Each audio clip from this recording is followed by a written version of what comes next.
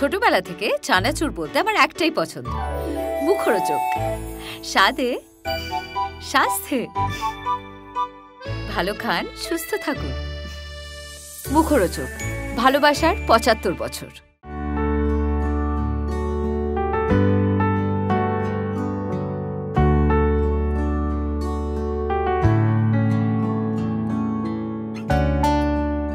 বসন্ত পঞ্চমীর শুভেচ্ছা আপনাদের সকলকে। তবে এই পুজোর সময় পাড়াটা কিন্তু ভীষণ জমজমা থাকে। আগের দিন থেকে প্যান্ডেল করা, ঠাকুর আনা, আর এমন একজনের পাড়ায় রয়েছে, তাকে পরিচয় দিতে হয় না, বাসব দত্তাদি রয়েছে। পাড়ার পুজো, তাই তো? একদম পুরোটা ইনভলভ তুমি তো। একটু শুনি যে কতদিন ধরে প্যান্ডেল আনা, ঠাকুর করা, প্রত্যেকটা তো বিষয় থাকে। অ্যাকচুয়ালি এই পাড়ার পুজোটা আমাদের, তার আগে বলে রাখি, এটা আমার বাপের বাড়ির পাড়া। কারণ শ্বশুর বাড়িতে আমি ফ্ল্যাটে থাকি, ওখানে ওই পাড়া ব্যাপারটা নেই, তো পাড়ার ব্যাপারটা আমি খুব মিস করি। ওই জন্য পুজো পাঠ কিছু থাকলেই আমি এখানে চলে আসি।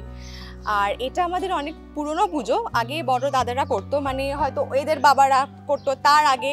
তো এটা দেখতে গেলে হয়তো ৫০-৬০ বছর আগেকার পুজো। কিন্তু কি হয়, ওই ধরো ওরা ৩০ বছর পর্যন্ত পুজোটা করেছে, তারপরে একবার বললো যে পুজোটা বন্ধ হয়ে যাবে।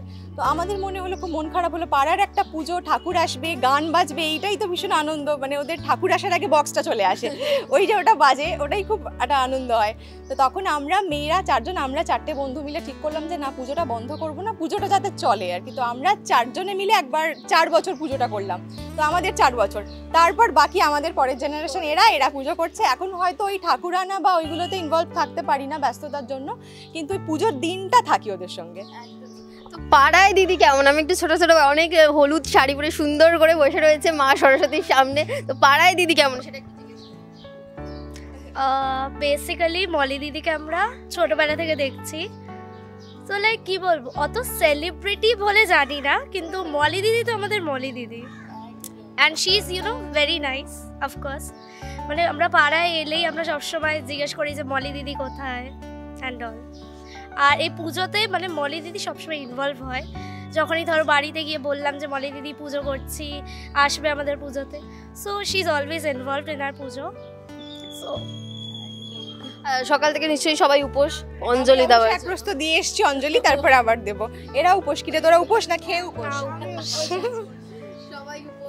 তো বাসব দাদাদি বাড়িতে একটা ছোট্ট সদস্য রয়েছে, তো তাকে নিশ্চয়ই হলুদ জামা পরে রেডি করাতে হবে। হলুদ শাড়ি পরি এক্ষুনি ঘুরিয়ে নিয়ে গেছে, কিন্তু সে তাড়াতাড়ি উঠেছে আজকে, একটু ঘ্যান ঘ্যান করছে, ভাল লাগছে না তার, সেজন্য তাকে বাড়িতে আবার জমা দিয়ে এসছি।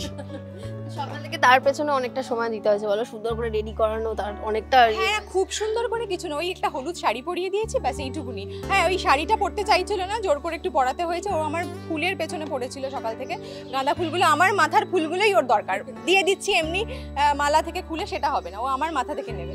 ওটা নিয়ে একটু দৌড়াদৌড়ি করতে হয়েছে দুজনকে, আদারওয়াইজ এমনি ঠিক আছে। ছোটবেলায় একটা শাড়ি পরার বিষয় তো থাকে যে কি কালারের শাড়ি পরবো, কেমন করে সাজবো। বড় হলে সেটা নিজের মতো করে, ছোটবেলার স্মৃতিগুলো বলো যে কিভাবে সাজতে, পাড়ায় থাকাটা। ছোটবেলায় তো এরকম না, আমাদের একদম যখন ছোট, সেই লাল পাড় ছোট্ট ছোট্ট হলুদ শাড়ি, সেইটা দিয়ে পুজো শুরু। তারপর বহু বছর হলুদ শাড়ি পরেছি। এখন কি হয়, আলাদা করে তো সরস্বতী পুজোর জন্য শাড়ি কেনা হয় না, তখন ভাবি যে কোনটা নতুন আছে বা কোনটা পরে কিছু খাওয়া দাওয়া করিনি, সেরকম একটা শাড়ি হলেই হবে। অনেক সময় কি হয়, সারা বছর অনেক শাড়ি থাকে, সেগুলো তো সবসময় ভাঙা হয় না, সরস্বতী পুজোর জন্য একটা রাখা থাকে নতুন, সেইটাই পরে নিই এরকম। হ্যাঁ, এবং সরস্বতী পুজোর দিন সকালে হলুদ দিয়ে স্নান করা এবং কুল না খাওয়ার একটা বিষয় থাকে। তো কেউ কুল খেয়েছে আজকে এখানে? সবার ভয় রয়েছে বলো, পরীক্ষা আছে তো। ওদের তো এখনো পড়াশোনা করছে, আমিও কিন্তু এখনো সরস্বতী পুজো না হলে কুল খাই না। আমি তো বাকিদেরকেও জিজ্ঞেস করবো, আমরা তো টেলিভিশনে দেখি, সেটা আলাদাভাবে দেখি, কিন্তু পাড়ার মেয়ে তো সেই রকম কেমন? সেরকম হিসাবে তো খুবই ভালো, মানে সেটা তো কোনো বলার অবকাশ রাখে না। যাই হোক, আর এমনি সিনেমাতেও তো মোটামুটি এখনো অবধি নেগেটিভ রোলে ওকে আমরা দেখিনি, আপাতত সবই ভালো রোলই করে। আর অ্যাজ এ পাড়ার মেয়ে খুবই ভালো।